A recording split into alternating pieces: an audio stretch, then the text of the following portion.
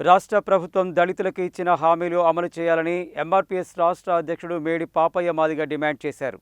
చేవెళ్ల డిక్లరేషన్లో ఇచ్చిన హామీ మేరకు ప్రతి దళిత బిడ్డకు అంబేద్కర్ అభయహస్తం పథకం కింద 12 లక్షల రూపాయల ఆర్థిక సహాయం అందించాలని కోరారు.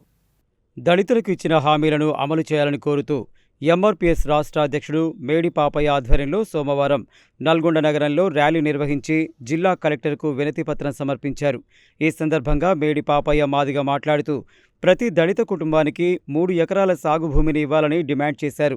జీవో 58, 59 ప్రకారం అసైన్డ్ భూములను పట్టా చేసి అమ్ముకోవడానికి హక్కులు కల్పించాలని కోరారు.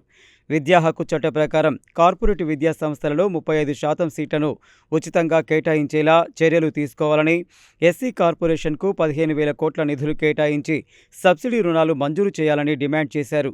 గత ప్రభుత్వంలో వైకుంఠధామాలు, కబరస్థాన్ పేరుతో దళితుల వద్ద నుండి లాక్కున్న అసైన్డ్ భూములను తిరిగి వారికి ఇవ్వాలని కోరారు.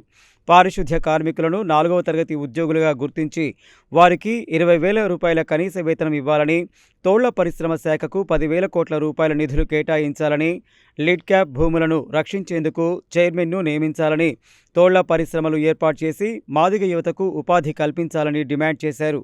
వినతి పత్రం సమర్పించిన వారిలో ఎంఆర్పీఎస్ నల్గొండ జిల్లా అధ్యక్షుడు రామాంజి సైదులు, రాష్ట్ర నాయకులు మేడి నరసింహ, ప్రధాన కార్యదర్శి కుడతాల నాగయ్య, నల్గొండ నియోజకవర్గ ఇన్ఛార్జి పుల్లెంల ఏడుకొండలు, దేవరకొండ నియోజకవర్గం ఇన్ఛార్జి పోలే సహదేవ్ తదితరులు ఉన్నారు.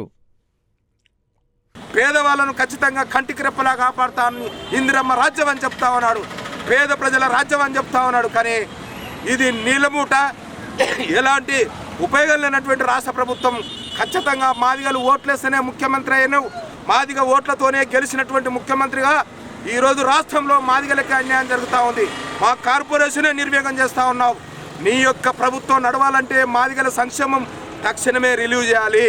లేని పక్షంలో మొత్తం అనేక జిల్లాల, మండలాల, నియోజకవర్గాలలో నిరసన దీక్షలు ఏర్పాటు చేసేసి రాష్ట్ర ప్రభుత్వాన్ని ఖచ్చితంగా గద్దె దింపే ప్రయత్నం మాదిగలే చేస్తారని చెప్పి రేవంత్ రెడ్డి గారికి హెచ్చరిక చేస్తూ ఉన్నాం. జై భీమ్, జై పులే.